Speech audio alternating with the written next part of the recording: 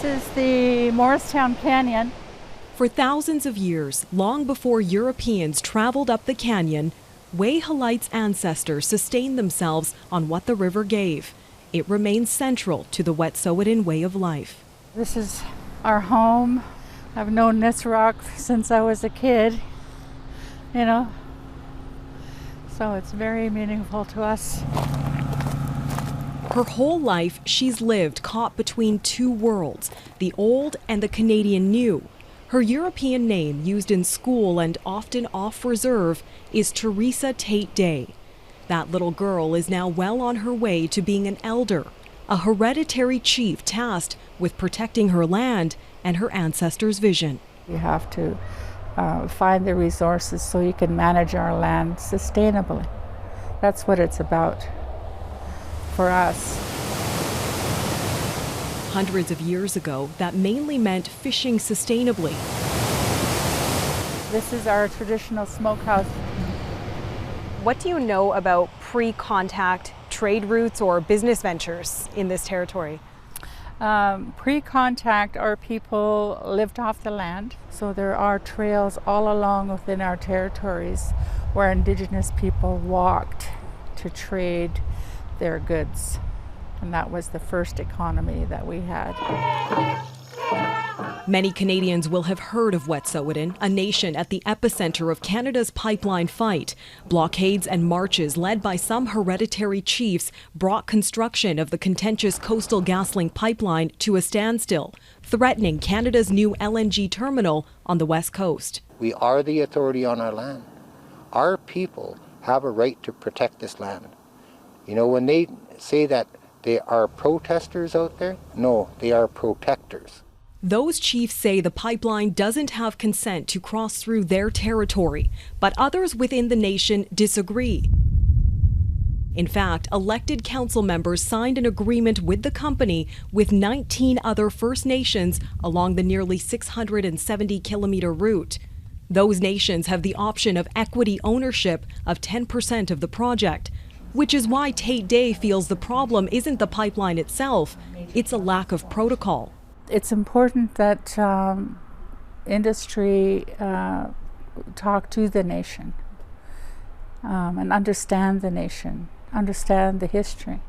To prevent the problem from happening again, Tait-Day co-founded the First Nations Major Projects Coalition. We have 90 nations working with each other right now, and they all have ideas about their future and about green energy. Many employment opportunities. Among them is Fort Nelson First Nation in northeastern BC.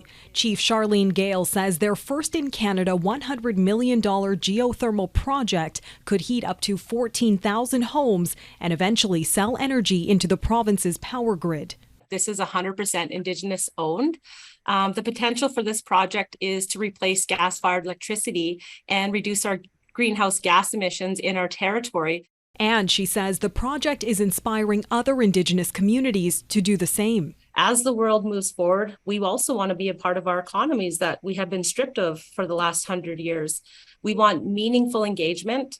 That's where the groundbreaking Delgamuukw versus British Columbia case is paramount. It all started here in Kispiox. The work of a master carver from this community is featured on some of the newer totem poles.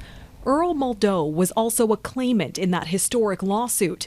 The 1997 decision recognized Wet'suwet'en has a system of laws and ownership of the land that predates colonialism. He passed away in January, but his nephew Jordan, now an elected councillor, says the case continues to loom large in his life. The Delgamuukw decision is huge on the piece that consultation is what they were trying to achieve. With the rules and rights clearly laid out by the Supreme Court, many First Nations see energy projects as a way to help their members, but only if it's done right. Proper consultation starts years ahead of time. In any kind of feasibility study or anything that needs to be done before you move into, any big industry moves in, that was echoed years ago, even by my father.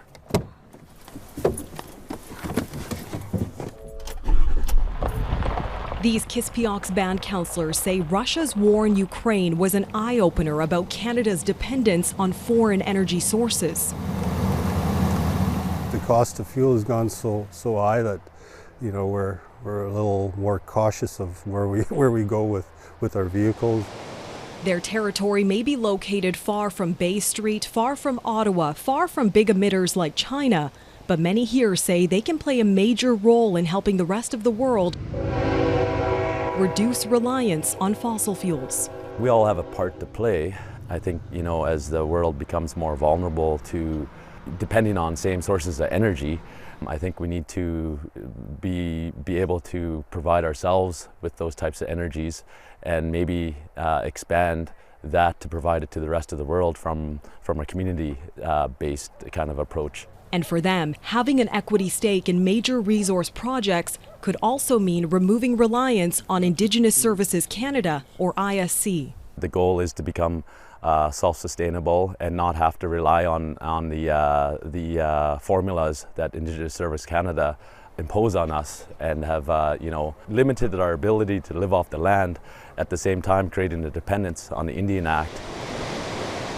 For Tait-Day, she says protecting the land involves generating power in the form of both electricity and influence. In our mind as Indigenous people, we have to have global security.